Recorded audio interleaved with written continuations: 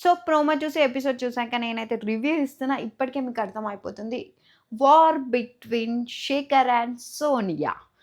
భాష తగ్గేదేలే అనొచ్చిండు. సోనియా గూడా ఎక్కడ నేను గూడా మినిమమ్ ఉంటా అని జెప్పేసి మన తెలంగాణ స్లాంగ్‌లో ఇచ్చి పడేస్తున్నది.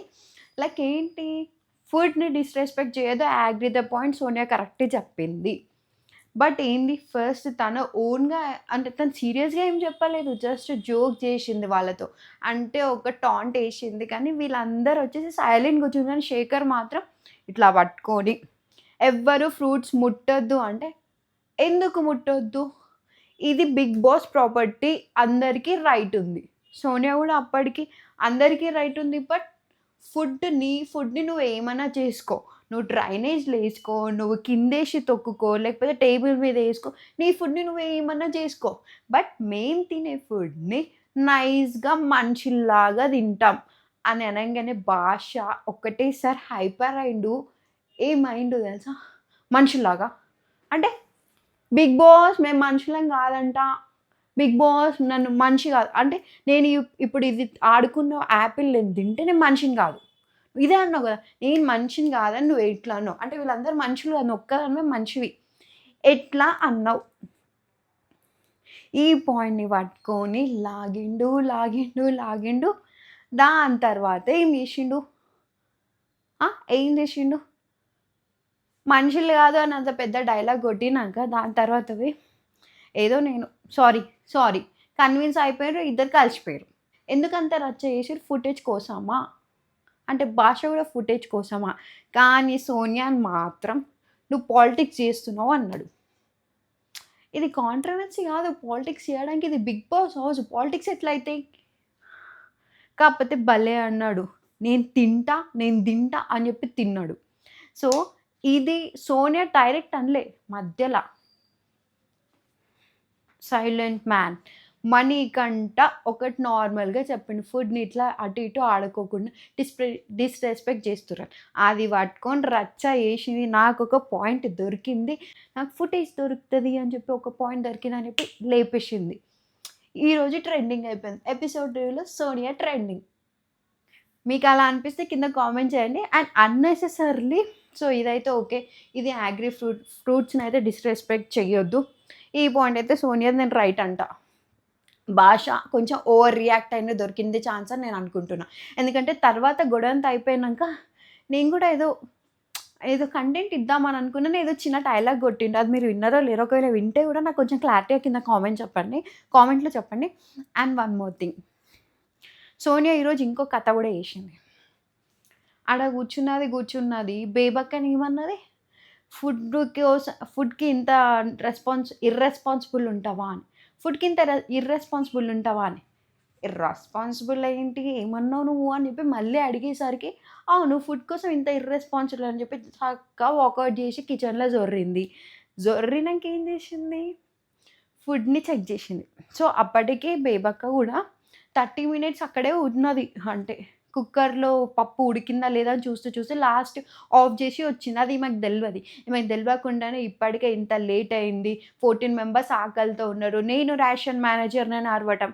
రేషన్ మేనేజర్ ఎందుకొచ్చింది? పప్పు ఉడికని తనేం జేస్తది? నాకర్థం గాదు.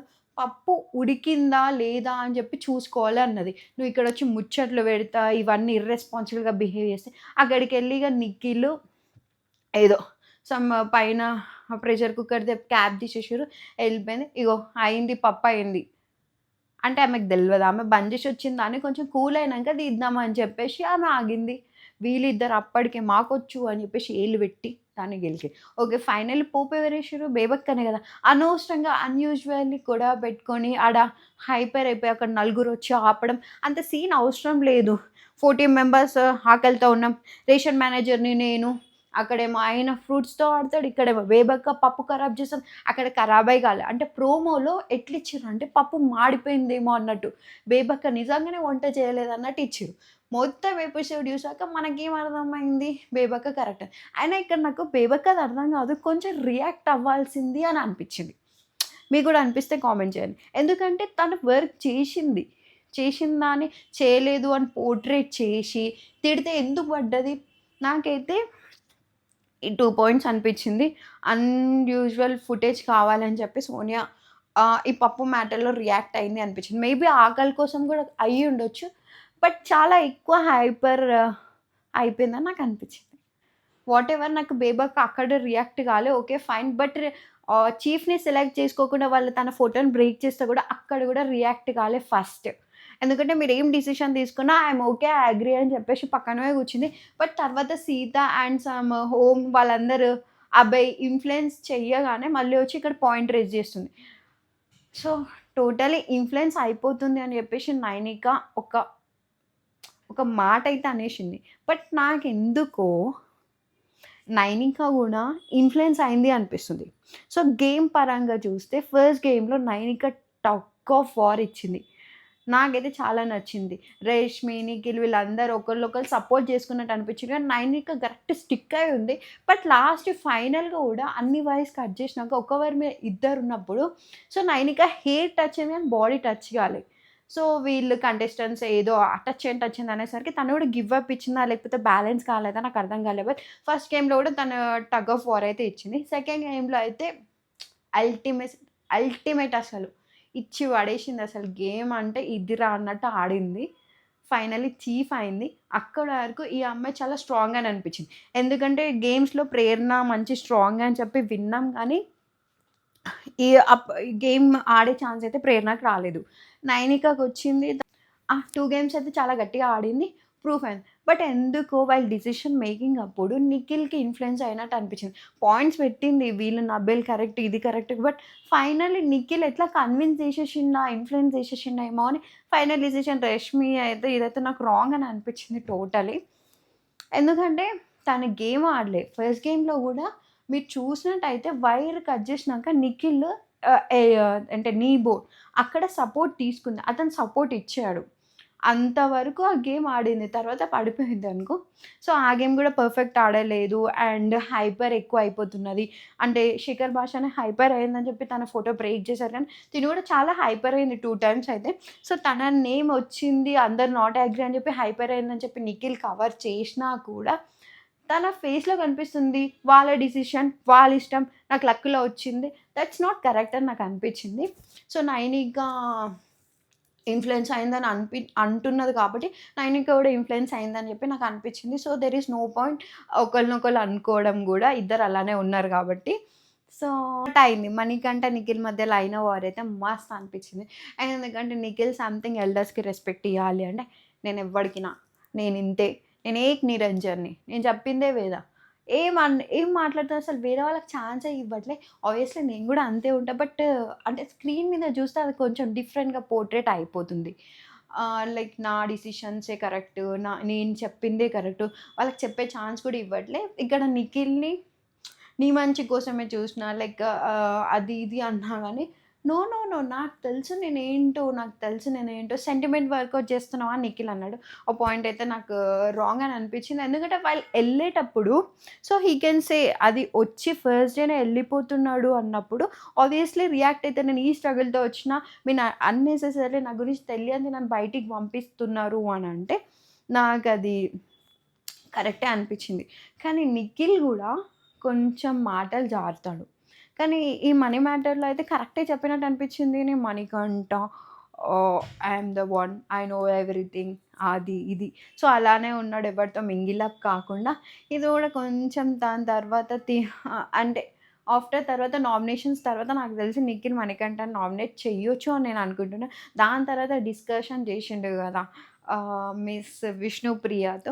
ఫెమినిజం అని రాంగ్ వర్డ్ యూజ్ చేయగానే ఏం పని చేసిండు. నువ్వు అట్లెట్లా చెప్తావు ఒక వర్డ్‌కి ఒకటి అని చెప్పి. ఇంగ్లీష్‌లో నీకు రాకపోతే దాన్ని ఫెమినిజం అని చెప్పి ఎట్లా చెప్తావు? ఇదైతే మస్తు పని చేసిండు. ఇక్కడ కూడా మంచిగా అనిపించింది. సో, ఫస్ట్ డే చూడంగానే ఏదో ఒకటి జడ్జ్ చేయొద్దు. తర్వాత మనిషి మెల్లగా వెళ్తున్నాడు. సో, అంత అంత అగ్రెసివ్ గాకు అని చెప్పేసి సోనియాకి చెప్పిండు. కిచెన్‌లో మీరు చూసారా? కొంచెం నీ ప్రైవేట్ స్పేస్‌కెళ్ళి కూల్ డౌన్ అయ్యి రా అని చెప్పి. వెల్ సమ్ అదర్ టాకింగ్ కూడా నాగమణి కూడా అంతే కదా! ఎవరి మాట వినకుండా గోవిదట్లో అని వాగుతూనే ఉంటాడు. సో, వాటెవర్ తర్వాత నిఖిల్ ఒక వర్డ్ అన్నాడు. నన్ను సంచాలక్ చేసినందుకు కూడా నాకు గూడా ఏమన్నా చెప్తారా అని చెప్పి సీత అంటే, ఓ పక్క ఎళ్ళి ఆడుకో అని చెప్పేసి. సో, వాళ్ళిద్దరి మధ్యలో ఫ్రెండ్‌షిప్ లేకుండా ఆయన రియాక్ట్ అయ్యి ఆయనకెళ్ళుకోవడం మాత్రం అది కరెక్టే గాదు. సో, సీత రియాక్ట్ అవ్వాల్సింది అని అనిపిచ్చింది. అండ్ గేమ్స్ వైస్ అయితే ఈరోజు ద బెస్ట్ అంటే Nainika. And conversation between Nabeel and Shekhar Basha. Shekhar భాష కొంచెం ఫన్నీగా అన్నీ తీసుకుంటాడు అనిపిచ్చింది. నాకైతే అట్లానే అనిపిచ్చింది. జోక్స్ వేయడం. రష్మితో గూడా అంటే రష్మి ఏమన్నది, ఎవరిని సెలెక్ట్ జేసినా శేఖర్ భాషని సెలెక్ట్ జేయొద్దు. ఆయననే ఆయన ఆయన గురించి అంటే ఒక ఛాన్స్ ఇస్తున్నాడు. ఒక పాయింట్ ఇస్తున్నాడు వేరే వాళ్ళకి అనిపిస్తుంది.